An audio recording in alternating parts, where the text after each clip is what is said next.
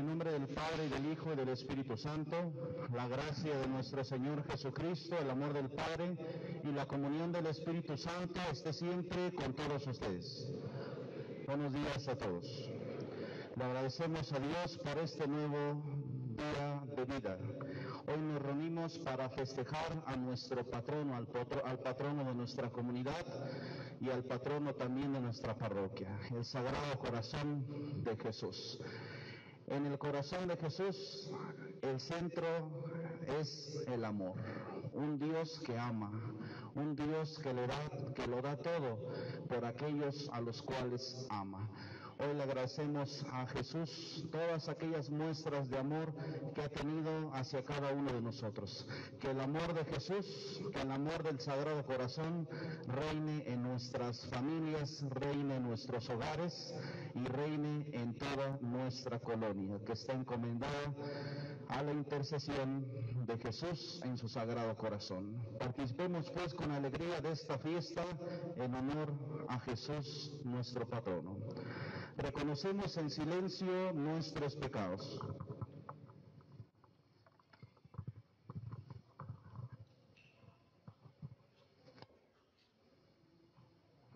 Yo confieso ante Dios Todopoderoso y ante ustedes, hermanos, que he pecado mucho de pensamiento, palabra, obra y omisión, por mi grande culpa.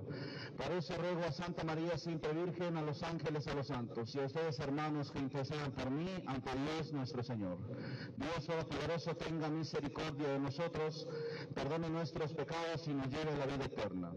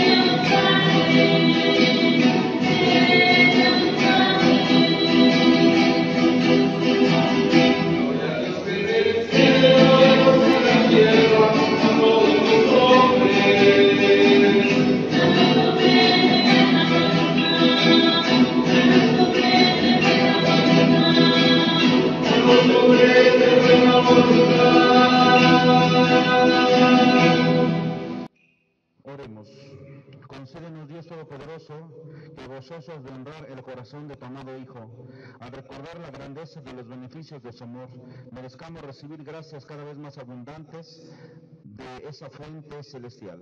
Por nuestro Señor Jesucristo, tu Hijo, que vive y reina contigo, en la unidad del Espíritu Santo y es Dios por los siglos de los siglos. Pueden sentarse, vamos a escuchar atentos la palabra de Dios. Del libro del profeta Ezequiel. Esto dice el Señor: yo tomaré un renuevo de la copa de un gran cedro, de su más alta rama cortaré un retoño, lo plantaré en la cima de un monte excelso y sublime, lo plantaré en la montaña más alta de Israel. Echará ramas, dará fruto y se convertirá en un cedro magnífico. En él anidarán toda clase de pájaros y descansarán al abrigo de sus ramas. Así todos los árboles del campo sabrán que yo, el Señor, humillo los árboles altos y los elevo árboles pequeños, que seco los árboles lozanos y hago florecer los árboles secos. Yo, el Señor, he dicho y lo haré. Palabra de Dios.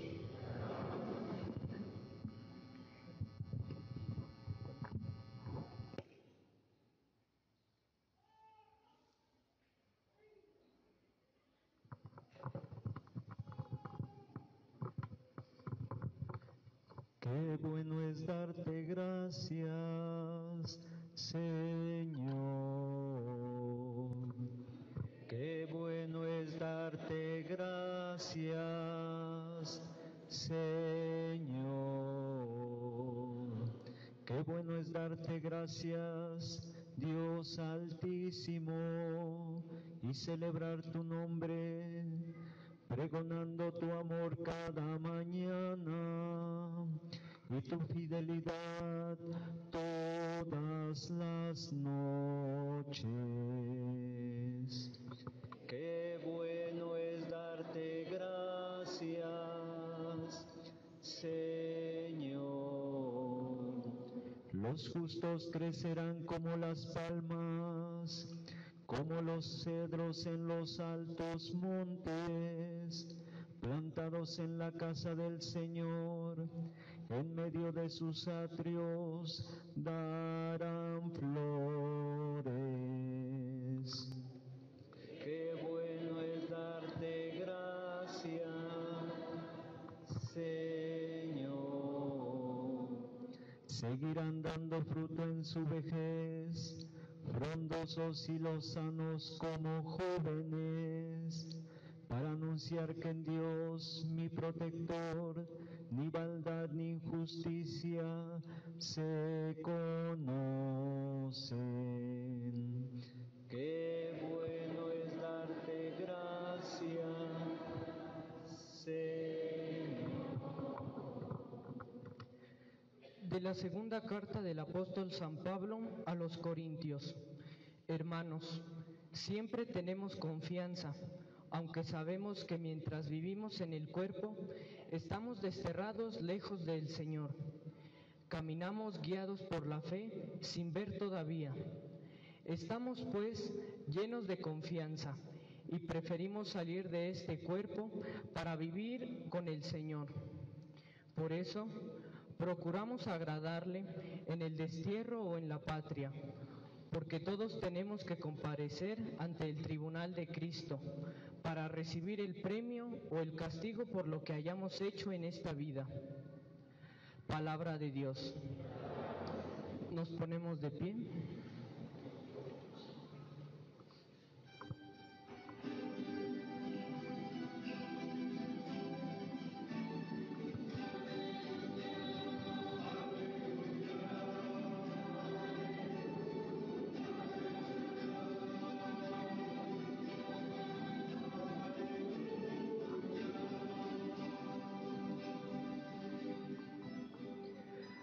La semilla es la palabra de Dios y el sembrador es Cristo.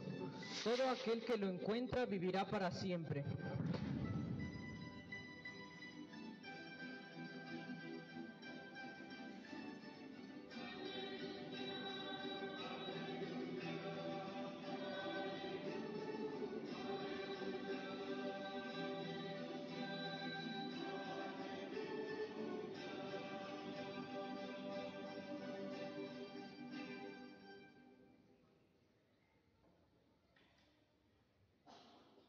El Señor esté con ustedes. Lectura del Santo Evangelio según San Marcos.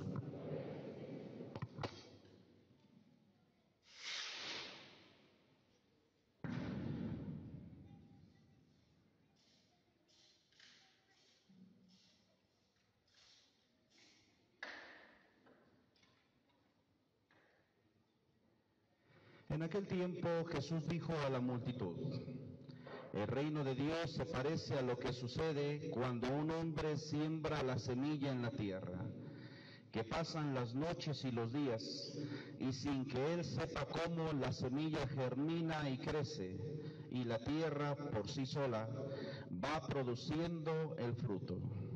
Primero los tallos, luego las espigas, y después los granos en las espigas.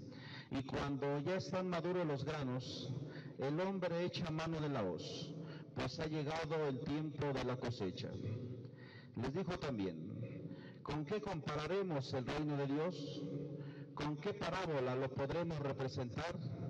Es como una semilla de mostaza que cuando se siembra es la más pequeña de las semillas, pero una vez sembrada crece y se convierte en el mayor de los arbustos y echa ramas tan grandes que los pájaros pueden anidar a su sombra. Y con otras muchas parábolas semejantes les estuvo exponiendo su mensaje, de acuerdo con lo que ellos podían entender. Y no les hablaba sino en parábolas, pero a sus discípulos les explicaba todo en privado. Palabra del Señor. Pueden sentarse, por favor.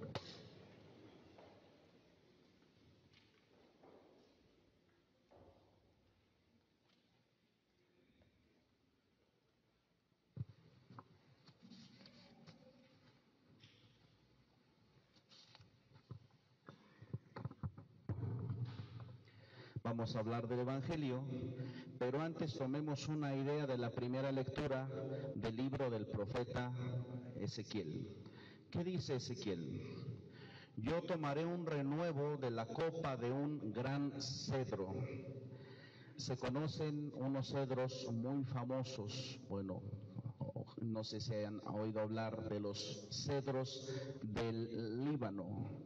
Propiamente ahí se produce mucho cedro. Se cuenta y se dice, aquellas personas que estudian ese tipo de árboles, que hay cedros con más de 3.000 años de existencia. Es un cedro, tiene una característica cuya vida es muy larga. Un cedro vive miles de años. En el Líbano actualmente se ha estudiado, tomando algunas muestras de la corteza de ese gran árbol llamado cedro, que hay cedros con más de 3.000 años de existencia, de los pocos árboles que tienen tanta vida, cuya vida es tan larga, los cedros del Líbano. Es interesante estudiar un poquito las características de estos cedros y las características de ese ambiente del Líbano, que se presta en todos los sentidos para el crecimiento de este tipo de árboles. Aparte de que tienen una vida muy duradera, el cedro tiene otra característica muy peculiar, que su tronco es de los más fuertes de todos los árboles, de los más fuertes. El cedro tiene una solidez en sus raíces, el cedro tiene una solidez en su tronco como pocos árboles. Dice el profeta Ezequiel: yo tomaré un renuevo de la copa de un gran cedro, y de su más alta rama cortaré un retoño. Lo plantaré en la cima de un monte excelso y sublime. ¿Cuál es la cima de ese monte? Jerusalén. Jerusalén está en lo alto de un monte. ¿Qué va a pasar con ese cedro que se planta en Jerusalén y que simboliza al pueblo de Israel, la tierra que Dios le dio a ese pueblo? ¿Qué va a pasar con ese cedro? Lo plantaré en la montaña más alta de Israel. Echará ramas, dará fruto y se convertirá en un cedro magnífico. En él anidarán toda clase de pájaros y descansarán al abrigo de sus ramas.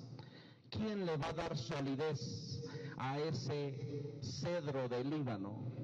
¿Quién le va a dar fuerza a ese cedro del Líbano que simboliza Jerusalén? La presencia de Dios que elige ese pueblo y que va y lo planta en la ciudad de Jerusalén.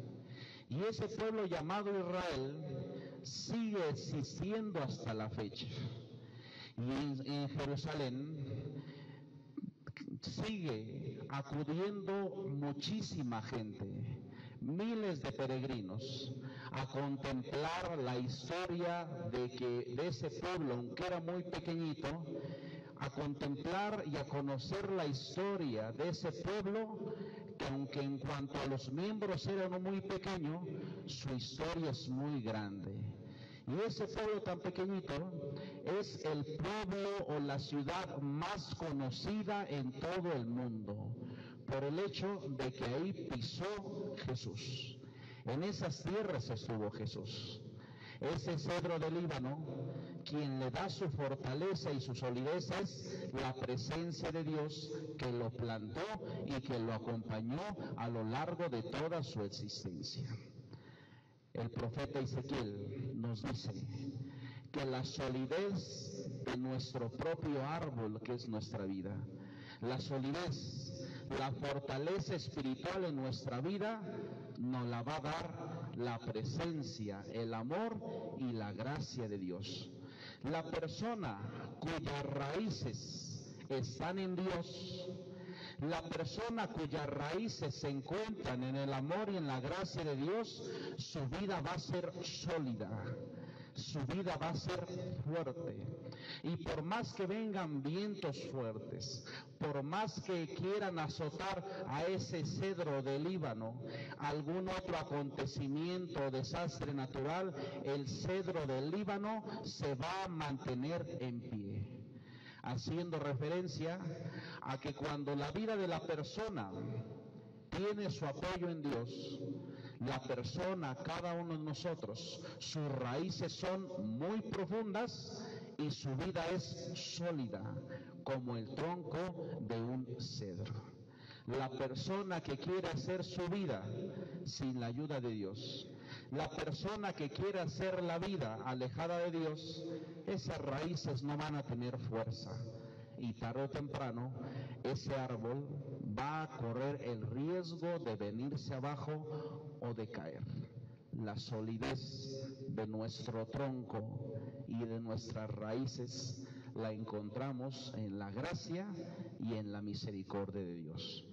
En el Evangelio escuchamos dos parábolas que se conocen como las parábolas del reino. Hay varias parábolas del reino. Hay otra parábola, por ejemplo, donde se nos habla de una perla preciosa. Esa es otra parábola del reino. Pero hoy escuchamos dos. ¿Cuáles son esas dos parábolas que tratan de ejemplificar el reino? La primera, la de una semilla que es sembrada en tierra y que va creciendo desde el silencio. Y la otra parábola es la más conocida que puede haber, es la del granito de mostaza, que se convierte en un árbol frondoso con ramas grandes. De estas dos parábolas, yo quisiera hablar de lo común de estas parábolas. La primera cosa en común que tienen estas parábolas es que nos habla de que un hombre siembra una semilla, siembra un granito de mostaza y siembra una semilla que crece desde el silencio. Eso es lo primero que hay que poner atención. Lo primero que tienen en común las parábolas. Alguien siembra. ¿Quién es el que siembra? Dios. Dios siembra la vida humana. Dios sembró todo lo que hay en la creación. Dios siembra cada una de nuestras personas en este mundo. Dios siembra su palabra, la palabra que escuchamos todos los domingos. Dios también vino a sembrar a este mundo el amor. Dios también vino a sembrar en este mundo la solidaridad, la misericordia, la hermandad, la fraternidad. Siempre hay alguien que siembra. Dios es el que siembra. Dios representa a ese hombre que siembra, que pone la semilla pequeñita, que pone la semilla, que mueve la tierra y que deposita la semilla y que poco a poco irá creciendo. Primera cosa en común, Dios siembra. Viene el segundo paso y es otra cosa en común de las parábolas. Las dos parábolas nos hablan de crecimiento. En la primera parábola se nos dice que sin que nadie se dé cuenta, incluso sin que el sembrador o el agricultor se dé cuenta, la semilla va creciendo y después comienzan a brotar las raíces, el tallo, las ramas, las hojas y los frutos. Un proceso, un crecimiento. Por lo tanto, alguien siembra y después esa semilla sembrada tiene que crecer. Lo mismo pasa con el grano de mostaza. Alguien siembra y ese granito de mostaza va creciendo, creciendo, creciendo, hasta que se convierte en un árbol cuya altura mínima es de 3 metros y cuya altura máxima es de 5 metros a veces, los más grandes, 5 metros, a la altura de un árbol de mostaza. En las dos semillas hay crecimiento. Y es aquí donde entra cada uno de nosotros. Dios siembra y nosotros le debemos de ayudar a Dios para que esa semilla sembrada crezca. La vida humana, Dios la sembró. Dios la sembró en el vientre de nuestra madre. Nuestra madre nos cuidó durante 9 meses, nos trajo a este mundo, nos ayudó a crecer junto con nuestro papá, nuestra familia, y después llegó un momento en el que nosotros tuvimos que asumir las riendas de nuestra vida para ayudarle a nuestros padres y para ayudarle también a Dios a que esa semilla fuera creciendo. Ahí le echamos la mano a Dios para que lo que Él sembró vaya creciendo y desarrollándose. Al hombre, por lo tanto, a las personas, ¿qué es lo que nos toca?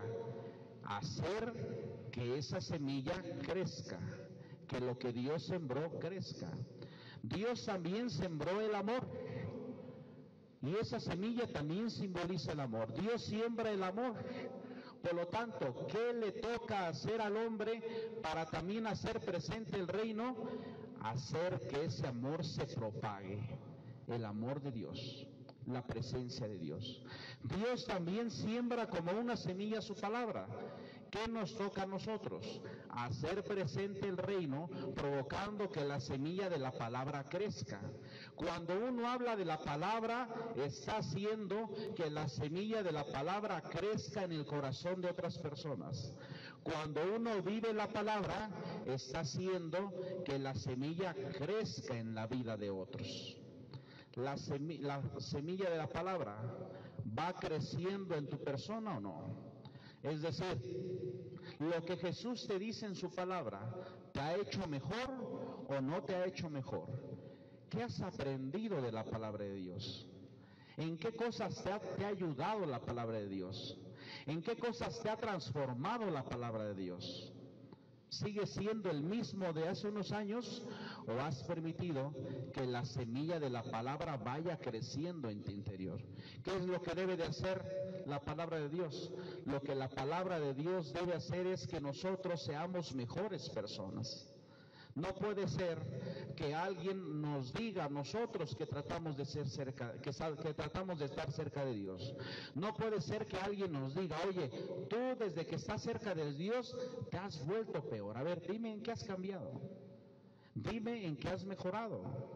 Dime qué te ha servido escuchar la palabra. Dime qué te ha servido escuchar el Evangelio. Dime qué te ha servido el participar de la misa, porque pareciera que a algunos no les sirve de nada. ¿En qué has crecido? cómo ha crecido. Jesús depositó la semilla de la palabra en el corazón. ¿La has hecho crecer o no te has dejado transformar por esa palabra? Crecimiento. Y lo último en común que tienen estas dos parábolas es que todo lo sembrado obtendrá frutos. Todo lo sembrado debe de obtener resultados. Si no hay resultados, quiere decir que fracasamos. Siempre que sembramos, debemos de obtener resultados. Dice la primera parábola, que es la semilla que crece en el silencio. ¿Qué dice la primera parábola? Que una vez que ya brotó el tallo, que ya brotaron las ramas, que una vez que ya alcanzó todo ese proceso de madurez, viene el tiempo de la cosecha. Y el agricultor tiene que tomar la hoz para empezar a obtener los frutos de esa cosecha. Lo sembrado tiene que dar frutos. Si no hay frutos, quiere decir que fracasaste. Si no hay frutos, quiere decir que sembraste mal. Si no obtienes frutos de algo que hiciste, quiere decir que algo falló desde un principio, desde que se sembró la semilla. ¿Ustedes qué han sembrado? ¿Qué han sembrado en su vida? ¿Qué han sembrado en su familia? Ahora, lo que sembraron, ¿ya obtuvieron la cosecha o no han obtenido la cosecha? Si no hubo cosecha de lo que sembraron, algo se hizo mal. Dios no hizo nada mal, algo hicimos mal. Siempre que algo no tenga cosecha, debemos de preguntarnos, ¿qué me faltó? ¿Por qué no coseché nada? Todo lo sembrado tiene que haber cosecha. Y en la lectura y en la parábola del granito de mostaza, ¿cuáles son los resultados? Los resultados de esa semillita sembrada en tierra. No tanto los frutos, porque ustedes pueden ver la mostaza y en realidad sus frutos no son tan espléndidos. La mostaza no es un fruto grande. El árbol de mostaza, ¿cuál es más que una cosecha? El árbol de mostaza, ¿cuáles son las consecuencias de haber sembrado bien? Dice la palabra de Dios, que ese árbol de mostaza crece tan grande que se convierte en el mayor de los arbustos y echa ramas tan grandes que los pájaros pueden anidar a su sombra. En un árbol de mostaza, a los pájaros les gusta estar mucho ahí, porque sus ramas son grandes y porque se pueden cubrir bajo su sombra. Un árbol de mostaza se extiende hacia los lados, es un poco alto, pero se extiende y da sombra hacia abajo. ¿Quiénes son esos pájaros que se pueden anidar en las ramas de ese grano de mostaza? Somos nosotros. Nosotros que podemos hacer nido en ese árbol de mostaza. ¿Quién es ese árbol de mostaza? Se le da dos significados a ese árbol de mostaza grande y que tiene ramas donde los pájaros les gusta hacer su nido. Algunos lo interpretan ese árbol como los brazos de Jesús. Los brazos de Jesús sobre los cuales los pájaros quieren hacer nido. Y si los pájaros nos representan a nosotros, los brazos de Jesús sobre los cuales las personas que somos nosotros pueden descansar, pueden cobijarse y ahí hacer nido. Los brazos de Jesús son el mejor ambiente para que nosotros hagamos nido ahí, porque los brazos de Jesús brindan confianza, los brazos de Jesús brindan calor. Los brazos de Jesús, cuando nosotros nos sentimos tristes, cuando nosotros sufrimos, cuando nosotros no andamos bien, ¿por qué no decirlo? Cuando nosotros nos sentimos también alegres, acudimos a ese árbol de mostaza que es Jesús, no solamente para expresarle nuestras alegrías, sino para que nos cobije con sus ramas y con sus hojas, cuando algo en nuestra vida no anda bien. Algunos dicen que este árbol de mostaza grande y que los pájaros les gusta anidarse ahí, simboliza también a la iglesia. Una iglesia que es madre y que las personas que son como los pajarillos acuden ahí para hacer nido, como en una familia y como en una comunidad. Ojalá y nosotros veamos a Jesús como ese árbol de mostaza, con sus ramas o con sus brazos abiertos. Y ojalá y nosotros también entendamos que ese árbol de mostaza es la iglesia, la comunidad cristiana, donde podemos acudir nosotros para estar ahí, sentirnos cobijados y sentirnos también como parte de una familia. ¿Qué es el reino de los cielos? El reino de los cielos es una semilla que crece. Por lo tanto, hagamos crecer el reino para así algún día ver los frutos de lo sembrado, los frutos de ese grano o de esos granos sembrados en tierra. Que así también nosotros le ayudemos a Dios a hacer presente su reino. Pónganse de pie. ¿Creen en Dios Padre Todopoderoso, Creador del cielo y de la tierra? ¿Creen en Jesús su Hijo, que nació de María Virgen, padeció, fue sepultado, resucitó de entre los muertos y está sentado a la derecha del Padre? ¿Creen en el Espíritu Santo, Señor y dador de vida? ¿Creen en la Iglesia, que es una santa, católica y apostólica? Repetimos todos, esta es nuestra fe. Esta es la fe de la Iglesia, que nos gloriamos de profesar en Cristo nuestro Señor. Amén.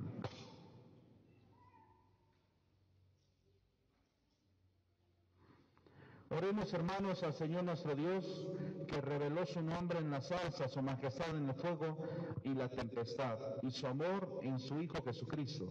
Y pidámosle por las necesidades de todos los hombres. A cada intención vamos a responder: Sagrado Corazón de Jesús, en ti confío. ¿Todos? Para que el Señor purifique y santifique sin cesar a su iglesia, con el agua y la sangre que brotan de su corazón. Oremos.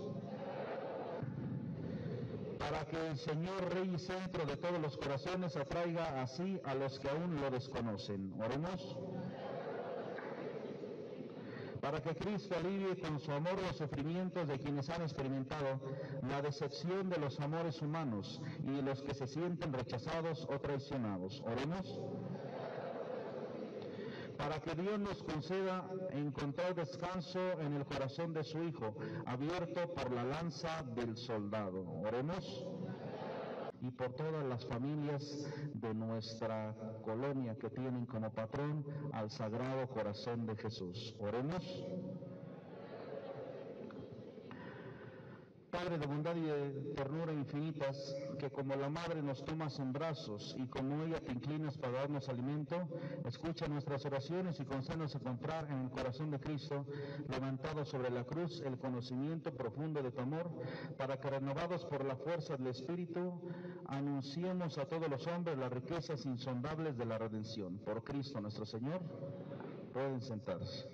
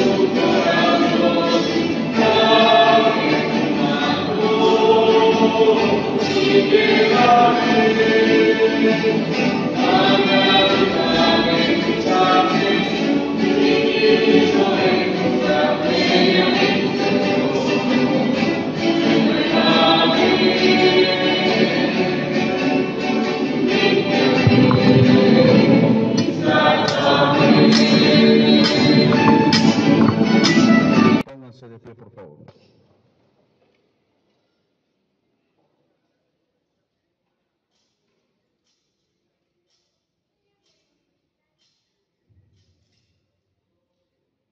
Oren, hermanos, para que este sacrificio mío y ustedes sea agradable a Dios Padre Todopoderoso.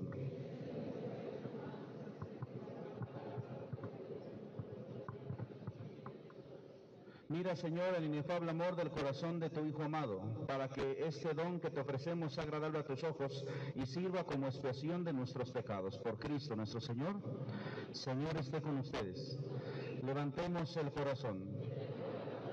Demos gracias al Señor nuestro Dios.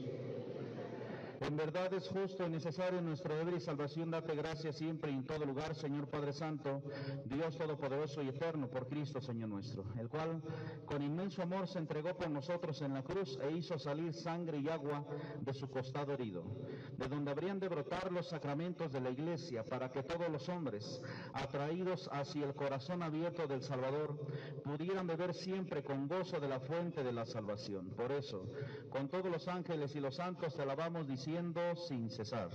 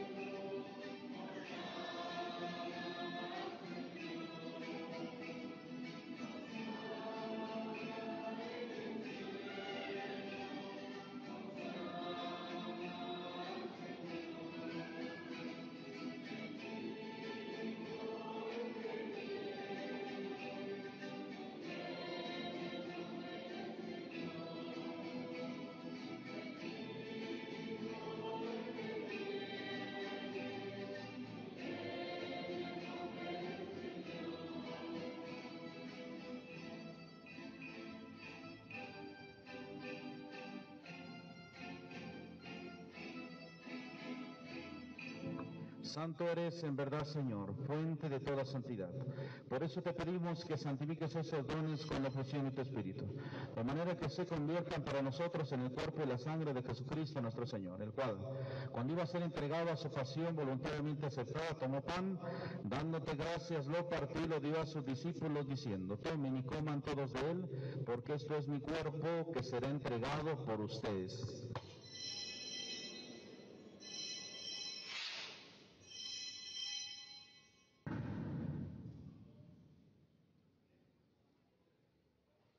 Del mismo modo, acabada la cena, tomó el cáliz, dándote gracias de nuevo, lo pasó a sus discípulos, diciendo: tomen y beban todos de él, porque este es el cáliz de mi sangre, sangre de la alianza nueva y eterna, que será derramada por ustedes y por muchos para el perdón de los pecados. Hagan esto en conmemoración mía.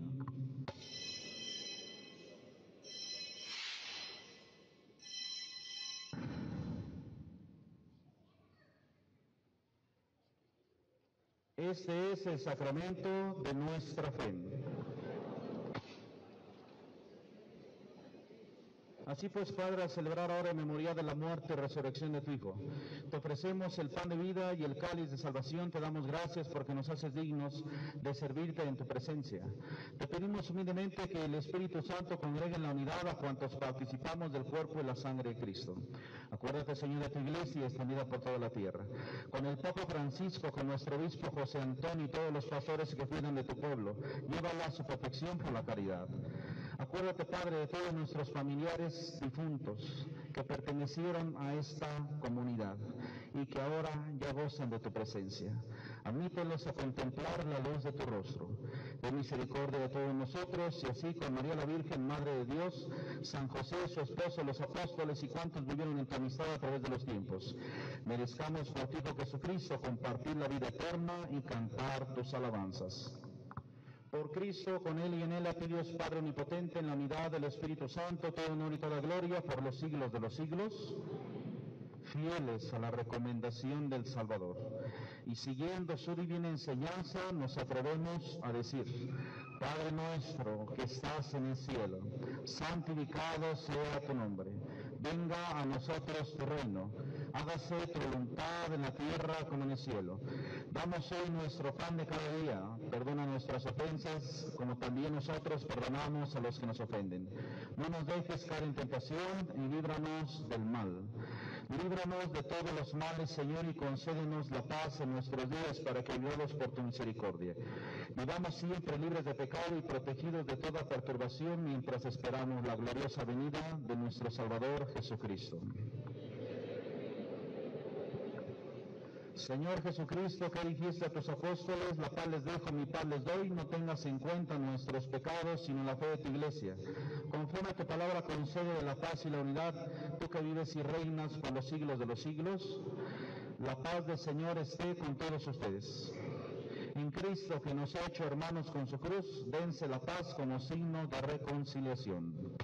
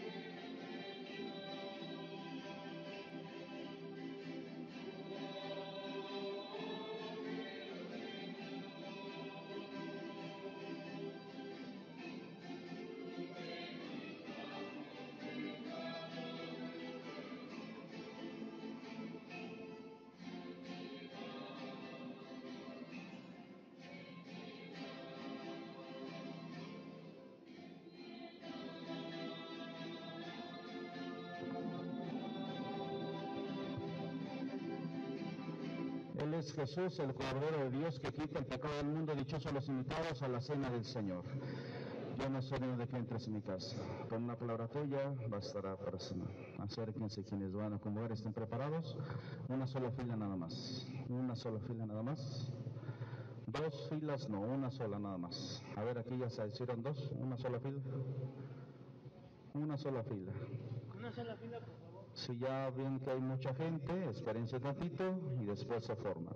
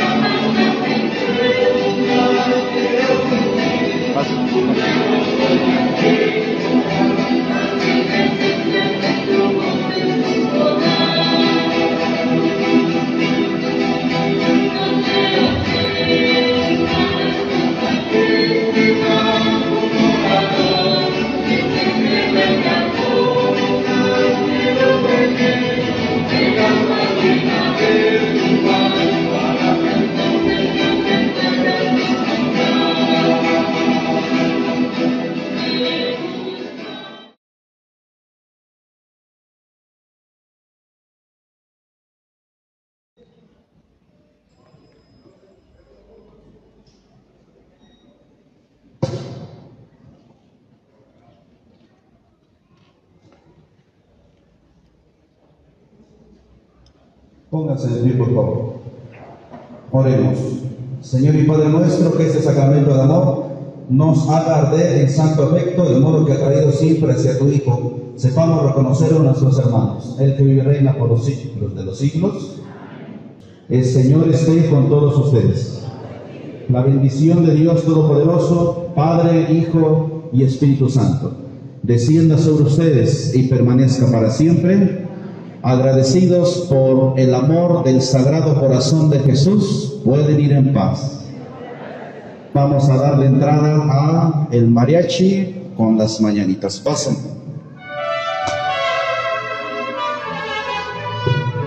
Un fuerte